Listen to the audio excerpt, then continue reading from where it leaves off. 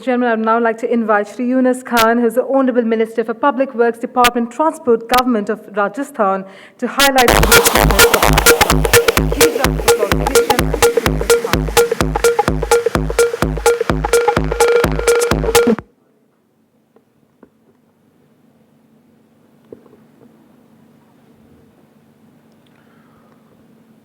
आज के इस गरिमामय कार्यक्रम में उपस्थित भारत सरकार के परम सम्माननीय मंत्री बाबुल सुप्रियो जी,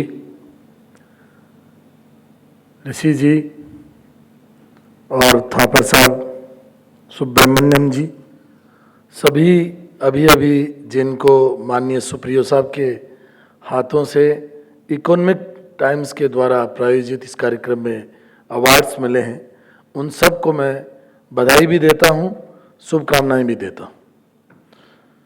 राजस्थान की ओर से आज के इस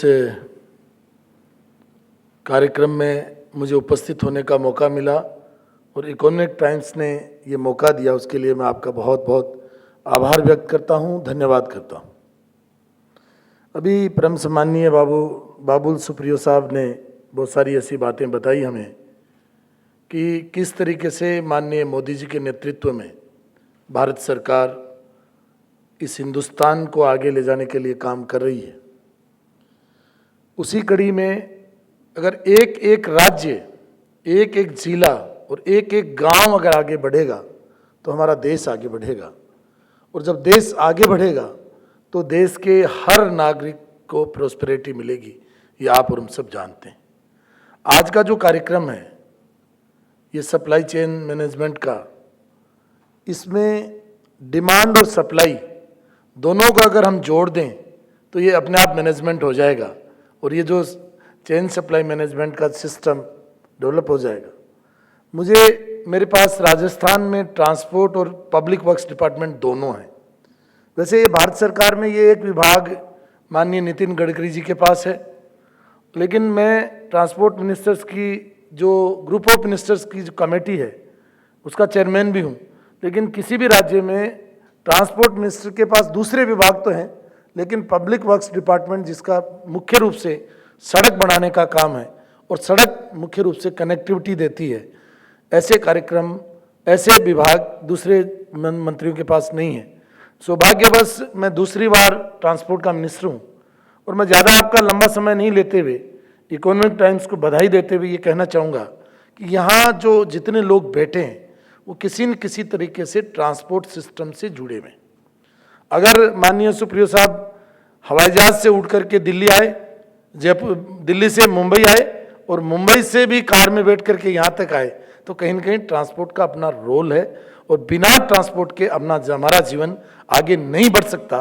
तो वो ट्रांसपोर्ट किस तरीके से सुविधाजनक हो, इसके लिए मैं सोचता हूँ कि आज की आपकी कार्यशाला या आज का आपका फंक्शन है, मैं विशेष रूप से जो कमर्शियल लॉजिस्टिक है, जो माल को यहाँ से वहाँ वाहन करते हैं, चाहे वो बंदरगाहों के माध्यम से करते हों, चाहे वो कार्गो हवाई जहाज से करते हों, चाहे वो रोड से करते हों या किसी भी माध्यम से करते हों, उसमें किस तरीके से हम सुगमता लाएं, किस तरीके से सामान्य उसको करें। मैं उदाहरण देकर के बताना चाहूँगा कि अगर गुजरात से किसी भी बंदरगाह से माल उतरता है या बम्बई तक आता है या गुजरात का कोई भी माल मुंबई आता है, तो उसको गुजरात, राजस्थान, हरियाणा, दिल्ली, मतलब विभिन्न राज्यों से गुजरते हुए यहाँ तक पहुँचना पड़ेगा। और दिल्ली से जो माल चला उसको विभिन्न राज्यों से गुजरते हुए मुंबई तक पहुँचना पड़ेगा, क्योंकि आपने देखा होगा तो उसमें सबसे बड़ी जो प्रॉब्लम आती है वो आती है कि उन ट्रक्स को किस तरीके से चेक पोस्ट पे अलग अलग स्टेट में रोका जाता है। मैं बाबुल साहब आपसे बताना चाहूँगा कि एक व्हीकल अगर ये मानिए कि मुंबई आता है दिल्ली से, तो उसको पहले तो विभिन्न राज्यों से गुजर के आना पड़ेगा, फिर उन राज्यों के टैक्स जो है उस पर लागू होते हैं, फिर वो वहाँ उसके परमिट्स बनाता है, फिर उसमें भी ट्रांसपोर्ट डिपार्टमेंट का अलग से आरटीओज होते हैं, वो उनको जगह जगह चेक करते हैं, फिर हर स्टेट में ट्रैफिक पुलिस होती है, वो जगह जगह चेक करती है, फिर सेल टैक्स वाले चेक करते हैं, फिर कमर्शियल टैक्स वाले चेक करते हैं, फिर कोई अगर मान लीजिए कि और कोई दूसरा टैक्सेशन विभाग का आ गया तो वो बुला करके चेक करता है। यानी एक जो ट्रक ओनर है या ट्रक ड्राइवर है वो मुंबई पहुंचते पहुंचते एकदम थक जाता है। वो आपकी और मेरी तरह यहाँ नहीं पहुंच पाता है कि भाई फ्लाइट में बैठा 2 घंटे में जयपुर से यहाँ आ गया और यहाँ से 5 स्टार होटल में रुका और सुबह चला जाऊंगा। उसको दुनिया भर की परेशानियां हैं। ये परेशानियां भारत सरकार और राज्य सरकारें कैसे दूर करें तो ये आपके इस तरीके के कार्यशालाएं मैं सोचता हूं कामयाब हो सकती हैं। अन्यथा तो हमारे देश में माननीय गडकरी जी बताते हैं कि हमारे खाली टोल टैक्स के जो बैरियर्स हैं उन पे रुकने पर भी लगभग 80,000 करोड़ का फ्यूल तो जल जाता है, जबकि उससे आने वाला रेवेन्यू मुश्किल से 14-15 हजार करोड़ रुपए है और 80,000 करोड़ तो लाइन में लगे हुए व्हीकल मतलब अपना फ्यूल जला देते हैं। इसको कैसे सुगम बनाएं, उसके लिए हमारी जो ग्रुप ऑफ मिनिस्टर्स की कमेटी बनी हुई है वो हम प्रयास कर रहे हैं कि किस तरीके से लाइसेंसिंग सिस्टम को, किस तरीके से परमिट सिस्टम को, किस तरीके से टैक्सेशन सिस्टम को हम एक रूपता लाएं सारे राज्य। उसमें अभी 14 मंत्रियों के समूह के साथ मुझे बैठने का मौका मिला और हमने अभी इस तरीके के 34 उपाय भारत सरकार को हमने सुझाए हैं और हम अंतिम रिपोर्ट देंगे। उससे पहले मैं ये चाहूँगा कि यहाँ जो डिग्नेटरीज बैठी हैं, यहाँ जो आप लोग बैठे हैं बहुत अनुभवी लोग हैं। DHL को हम एडवर्टीजमेंट में देखते हैं, इसी तरीके से आपके बहुत सारे लोग ऐसे हैं जो अनुभव रखते हैं, अलग अलग स्टेट्स को भी डील करते हैं, अलग अलग कंट्रीज को भी डील करते हैं, अलग अलग लॉजिस्टिक सिस्टम को भी डील करते हैं। तो आपके पास जो उपाय हैं वो आप हमारी कमेटी को सुझाएंगे तो निश्चित रूप से हमारे देश के अभी जो सड़क परिवहन मंत्री हैं माननीय नितिन गडकरी जी, मैं कहता हूं कि इतना पॉजिटिव व्यक्तित्व का धनी मैंने आज तक मेरे जीवन में नहीं देखा। वो चाहते हैं कि हम इस ट्रांसपोर्टर्स को किस तरीके से फैसिलिटेट करें, वो सुविधाएं हम आपको देना चाहते हैं। तो आपके पास इस तरीके के कोई सजेशन हो तो आप मुझे ज़रूर आप दीजिएगा, ये मैं आज की इस मीटिंग में आग्रह करना चाहूँगा। मैं बताना चाहूँगा कि राजस्थान किस तरीके से आगे बढ़ रहा है। हमारे माननीय गडकरी जी ने और हमारे देश के प्रधानमंत्री माननीय मोदी जी ने ये कहा है कि हम 40 किलोमीटर सड़कें रोज बनाएंगे तो हमारा देश आगे बढ़ेगा। आपको सुनकर के खुशी होगी कि मैं उस प्रदेश से आता हूं, मैं 2.5 साल से मिनिस्टर हूं और मैं उस प्रदेश से आता हूं जो 16 किलोमीटर रोड रोज नहीं बना रहा है और 5 गांव जो अनकनेक्टेड हैं उनको जोड़ने का काम कर रहा है। तो ये सौभाग्य मुझे काम करने का मौका मिला और उसमें निश्चित रूप से भारत सरकार का हमें सहयोग मिला। अब आज मैं जिम्मेदारी से आपके बीच में खड़े होकर के कह सकता हूं जो 8,149 किलोमीटर जो सड़कें मेरे पास नेशनल हाईवे हमारे स्टेट के पास हैं, उन सड़कों पर एक भी खड्डा आप किसी भी जगह पर नहीं बता सकते। कुल 2,13,000 किलोमीटर सड़कें आज राजस्थान, क्योंकि राजस्थान वो प्रदेश है जो पूरे हिंदुस्तान का क्षेत्रफल की दृष्टि से 3,42,000 किलोमीटर के साथ सबसे बड़ा प्रदेश है। आज ये मानिए कि आज 1 करोड़ और मतलब लगभग 32 लाख व्हीकल राजस्थान के अंदर आज चल रहे हैं और 1 लाख व्हीकल हमारे स्टेट को इधर से उधर माल लेकर के रोज क्रॉस करने वाले मतलब व्हीकल, कमर्शियल व्हीकल चलते हैं। तो हमारा स्टेट में रोड का अच्छा होना, और खाली अकेले राजस्थान में नहीं, गुजरात की सड़क अच्छी हो, हरियाणा की सड़क अच्छी हो, महाराष्ट्र की सड़क अच्छी हो तो हमारा देश आगे बढ़ेगा। और जब सड़क अच्छी होगी तो आप भी जानते हैं कि फ्यूल बचेगा। अगर सड़क खराब होगी, गड्ढे होंगे, घंटों लग जाएंगे। जिस दिल्ली में जब मैं पहली बार गाड़ी लेकर के आया, फिएट गाड़ी मैंने ली, दिल्ली में पहली बार गया 7 घंटे से पहुंचा और आज दिल्ली हम 3 घंटे से पहुंच सकते हैं, यानी 4 घंटे की बचत है। अजमेर में, जयपुर अजमेर 125 किलोमीटर दूर था लेकिन 3.5 घंटे लगते थे क्योंकि सड़कें इस तरीके की थी। और आज वही अजमेर 1 घंटे 20 मिनट में, 1 घंटे 25 मिनट में आप पहुंच जाओ।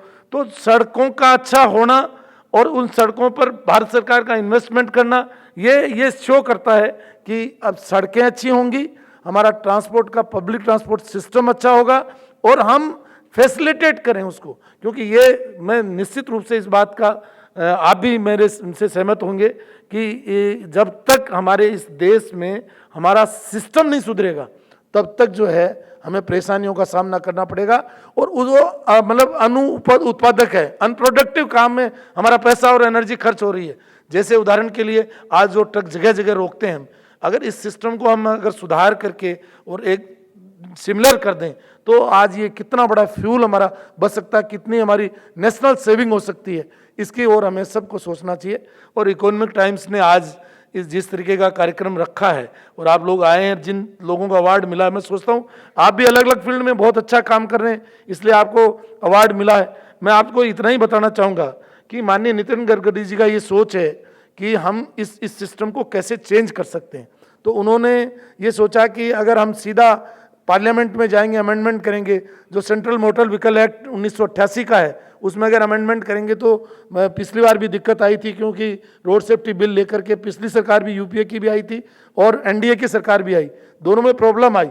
इसलिए हमने सारे स्टेट्स को बुला करके उनके आइडियाज़ लिए, लेकिन जब हमने ट्रांसपोर्ट डिपार्टमेंट के अधिकारियों से चर्चा करी तो उनको ये लगता है कि ये मतलब जो है हमारे अधिकारों पर अतिक्रमण कर रहे हैं, यानी हमारे अधिकारों का, हमारे राइट्स का वायलेशन कर रहे हैं, तो वो डर रहे हैं। जब उनको, उनके एसोसिएशन को समझाया कि ऐसा कुछ नहीं है, भारत सरकार ये चाहती है कि हमारे देश के अंदर चलने वाले लोगों को परेशानी कम से कम हो, जो ट्रांसपोर्ट का काम करते हैं उनको दिक्कतें कम हो, ट्रांसपोर्टर है उसको कम हो, ड्राइवर है उसको कम हो, तो उसको कैसे फैसिलिटेट करें, उसके लिए ये काम हमने शुरू किया। तो बहुत कामयाबी मिली और आप आश्चर्य करेंगे कि मतलब अभी लास्ट मीटिंग में केरल, आंध्रा, तमिलनाडु, तेलंगाना, इधर से आपका मध्य प्रदेश, छत्तीसगढ़, राजस्थान, हरियाणा, पंजाब और उधर से जम्मू कश्मीर, यानी कहने का मतलब मिजोरम, नागालैंड, सारे स्टेट्स आए।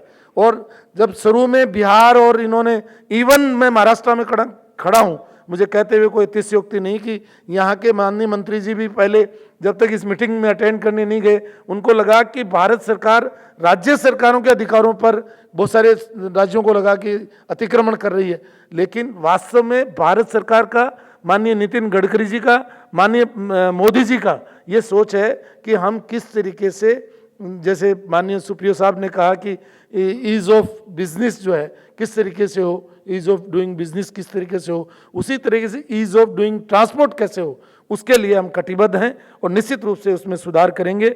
एक बार मैं गडकरी जी की जब चर्चा करता हूं तो आप ये देखिए कि वो उनका सोच क्या है। अब वो कच्छ से हमारे जालोर होते हुए जोधपुर तक पोर्ट बनाना चाहते हैं। जब पहली बार हमने सुना तो हमने कहा सर कैसे पॉसिबल है, लेकिन जब उनके आइडियाज़ देखे, उनकी डिटेल प्रोजेक्ट रिपोर्ट को समझा, तो अब हम उम्मीद लगाए बैठे हैं कि निश्चित रूप से ये काम होगा। और उन्होंने राजस्थान के अंदर, भारत सरकार ने अकेले ने अगले 3 वर्षों में 50,000 करोड़ का इन्वेस्टमेंट करेंगे।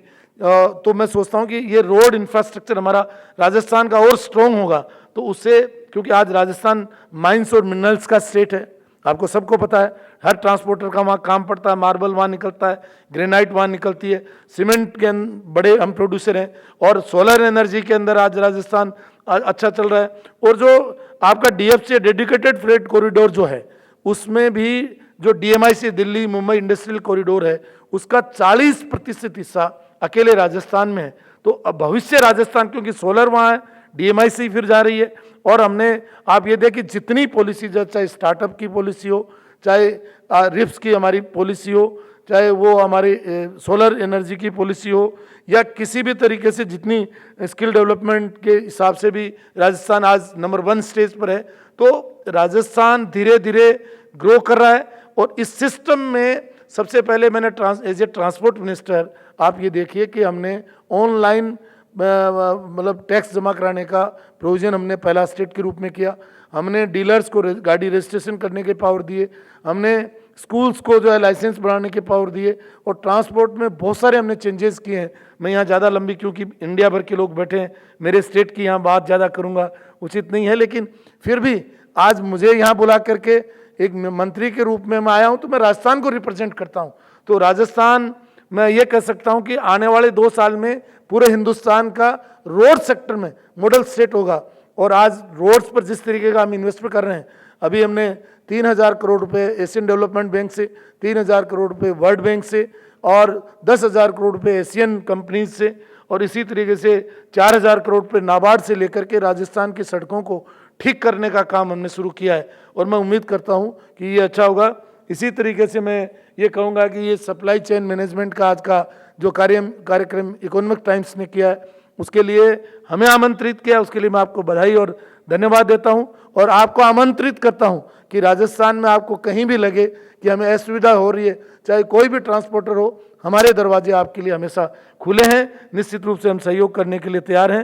एक बार फिर हमारे आज के चीफ गेस्ट, उनको सुनने का हमें नज़दीकी से मौका मिला, उसके लिए भी धन्यवाद। इन सब आयोजकों को, सारे प्रायोजकों को और यहाँ जिन्होंने मैनेजमेंट देखा है, उन सबको मैं धन्यवाद देना चाहूँगा कि आपने हमें आमंत्रित किया और जिस तरीके से अतिथि देवो भव का सत्कार यहाँ मिला, उसके लिए मेरा आभार। जय हिंद, जय Bharat.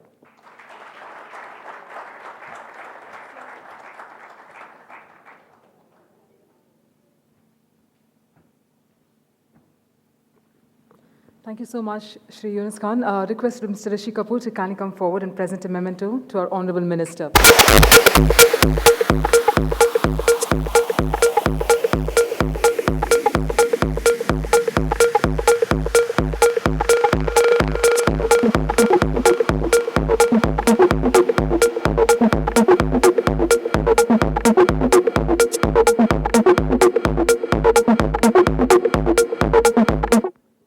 Thank you so much. And with that, ladies and gentlemen, we call it a wrap for the evening. I hope you all had a great time here. And thank you so much for cheering for all those who we were felicitating over here. Well, I now invite you all for cocktails and dinner. And I would like to say cheers to all of you and have a great weekend ahead and a great evening ahead. Thank you so much for joining us here, ladies and gentlemen. Please proceed for cocktails and dinner. Thank you.